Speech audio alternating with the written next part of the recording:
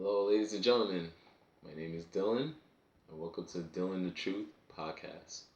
If you guys are new to this channel, I want you to subscribe and also hit that like button. Deeply appreciate it. Um, I'm gonna talk about the wild week, the match week in World Cup. It's been really crazy. There's been a couple of shockers, and there was a couple of games that have been dominated, and some of the results we kind of expected. But I'm gonna go through like each group and the matchup, the games that they had, and I will basically explain what certain teams need to do to get out of their group. So I'm gonna start with Group A, which has the Netherlands, Ecuador, Senegal, and Qatar. Um, the first matchup, I believe, was Qatar versus Ecuador. Ecuador beat them 2-0. And then the second game for that group was Netherlands versus Senegal. The Netherlands beat Senegal 2-0, which means that both Netherlands and Ecuador have 3 points, and Qatar and Senegal have zero. Obviously, in the situation for Senegal and Qatar, I mean, they gotta win the remainder of their games in order for them to even have a chance. I still believe Netherlands should be favored to get out of that group. They shouldn't have any problems. I believe they will get out. Ecuador, they're pretty solid, but I got Netherlands finishing in top of that group. Then I'm gonna move on to Group B, which has England, United States, Wales, and Iran. So I mean, England destroyed Iran 6-2. I mean, I expected that. And I wasn't shocked by it at all.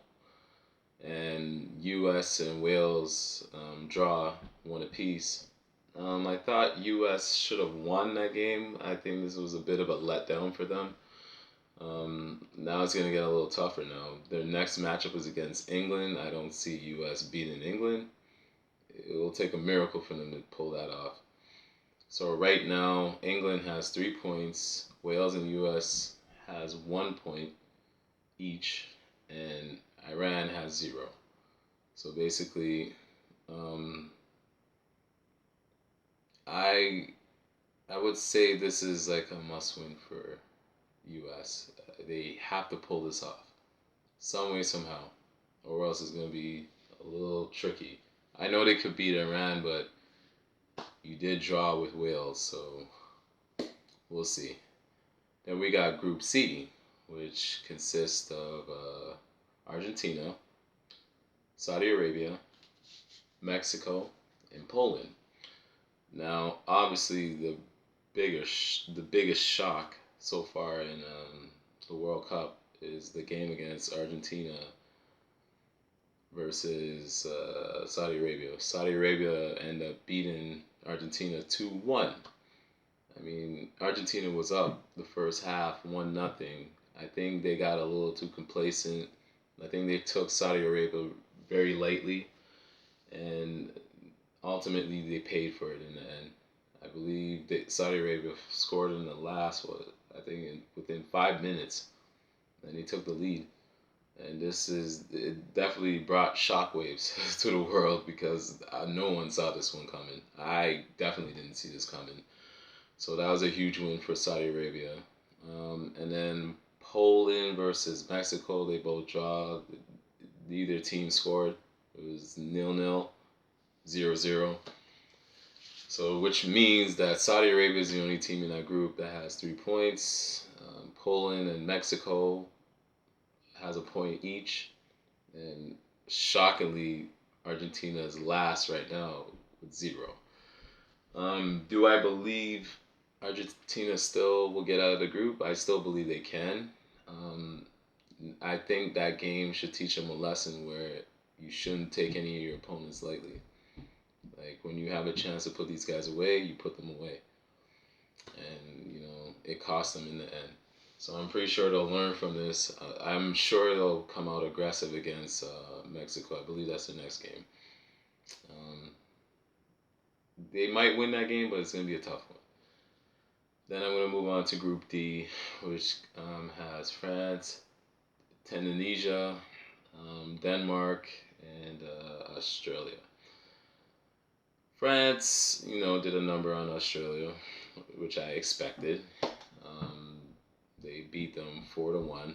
I mean, there was no surprise. This is the defending World Cup champions, so you knew they were going to come out blazing. Not surprised at all. The game against Denmark and Tunisia, I wasn't really interested in it, but they both draw. Like it was 0-0. So which means obviously France has 3 points. Tunisia and Denmark has a point each, and Australia is 0. I don't see Australia getting out of that hole. I still believe France will get out of it. Obviously, they're the superior team in that group. And that's my take on Group D. Group E has Spain, Costa Rica, Germany, and Japan. I mean, here's another shocker. The Germany game against Japan. Very similar to Argentina. Germany had a 1-0 lead going into the second half. Obviously, they let their guard down. And Japan scored 2 goals in the second half, and they end up winning the game, which was another shocker in the World Cup. I mean, anything's possible. I mean, it really just shows you that the rankings doesn't mean anything in the World Cup. It only, you have to be in it, if you really want it. The team that really wants it is definitely going to, 9 times out of 10, win those games. And I felt like Germany thought like they were the more superior team. They took them very lightly, and then they end up paying in the end. They end up losing that game. And then also, I mean, the other game, Spain versus Costa Rica, I mean, it was 7-0. That was an annihilation. Costa Rica didn't have a chance. I felt like they were just there. They were just happy to be there. I mean, if you're going to give that kind of effort, why did you even show up? Like, it didn't make sense. So, in results of that, both Spain and Japan have 3 points in their group, respectively, and Germany and Costa Rica both have 0. So obviously Germany would have to win the next 2 games in order for them to have a chance to get out of that group. I mean, I see Spain getting out of it. It could be a toss-up between Japan and Germany. Who knows? But I feel Spain might get out of that one. I'm gonna move into Group F. Group F has Belgium, Croatia, Canada, and Morocco. The Morocco and Croatia game was a draw. They both had 0. Neither team scored, so which would result to 1 point each. The next game was Belgium versus Canada. Canada played an extremely great game. They brought it to Belgium. They really shocked Belgium because Belgium thought like Canada was like a little bit of a pushover, but Canada was coming down their throat like in the first half. Like they were really aggressive. They had countless opportunities to score. I felt that Canada should have won that game at least 3-1. The amount of opportunities they had. Obviously, people are going to talk about Davies' penalty miss. Personally, I thought they should have put in another player to take that shot. I felt Davy just got back from the injury. I felt that they should have gave it to somebody else that they weren't really aware of. They could have surprised Belgium. But hey, they made that call. Who knows? If he had scored, we probably wouldn't be having this conversation right now. So that's just, how I felt about that. But I was proud of Canada. Like, as you can see, I'm wearing it. I'm wearing a Canadian shirt. So I'm always going to represent my country. Um, I was really proud of them. But I really believe they have a chance to, actually make it out of this group. Obviously Belgium has 3 points. Croatia and Morocco has one each. And Canada has zero. But for now, I really believe their next game is against Croatia, and I believe they could beat Croatia, and I definitely believe they could beat Morocco. So they give themselves a great chance to move on to the knockout round. I'm going to move into Group G, which is Brazil, Switzerland, Cameroon, and Serbia. Um, the first game was Switzerland beating Cameroon 1-0. Um, I'm not surprised. I was actually rooting for Cameroon, African team, so I was rooting for them. But they had their opportunities, but they didn't capitalize on it. So Swiss won their game, and obviously, in my opinion, the main event, Brazil versus Serbia. I mean, we knew the result was like they won 2-0, but I believe they should have won by more goals. They should have had like about 4 or 5 goals on this team because they had like about 22 shots. Like they attempted 22 shots. So I mean, they were bound to score. In the first half, it was a draw like 0-0. Even I was like going into the chats and these people are saying, "Oh, Brazil's done. They're not gonna score." Blah blah blah. And I was like, "Well, it's the second half." I felt like Brazil. What they did was in the first half, they were feeling them out. They wanted to see what they were running. So I guess it was like when they went to the second half, they changed their formation, and they came out aggressive. I mean, they came out like you knew the goals were coming. So I knew Brazil was gonna win. It was just a matter of by how much. Like, was it gonna be just 2-0, which they ultimately won the game by, or was it gonna be like 5-0, 6-0? That's how they could explode in any given time, and they're a very dangerous team. I still have them winning the World Cup when they're all right and they're playing their A game. I believe there's no team in the World Cup right now that can beat them, and I'm gonna stick with that. Then I'm gonna move on to Group H, which is Portugal, Korea Republic, Uruguay, and Ghana.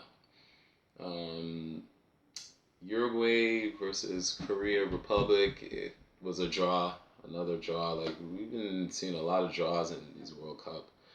It's kind of strange, but yeah, I thought Uruguay was gonna win.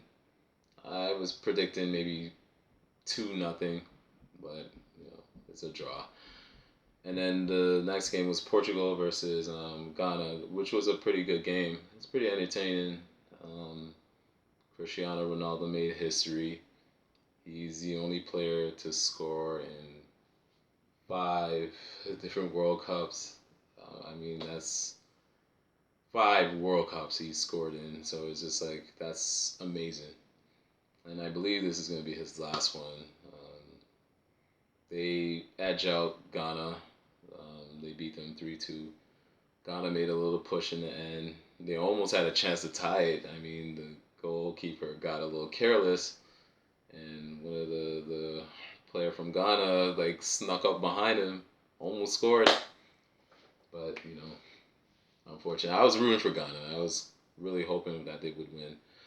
But that's just basically like the recap of the match week. Like, it was really exciting. There was a couple of shockers. I expected to be even more exciting as it goes on, obviously. But yeah, that's just like my report on the World Cup so far. It's gonna be very interesting. We'll see how some of these teams rise to the occasion through adversity. Um, a couple of teams is going to be a challenge, especially for Argentina and Germany, because they're one of the top 10 ranked teams in the World Cup, and it would be kind of embarrassing if they can't get out of the group. Like that would really be embarrassing. So that's my take on the World Cup. I will be talking about it maybe the end of the second week, I believe, of the World Cup. I'll fill you guys in on what's been going on. So I appreciate you guys tuning in. Till next time, peace.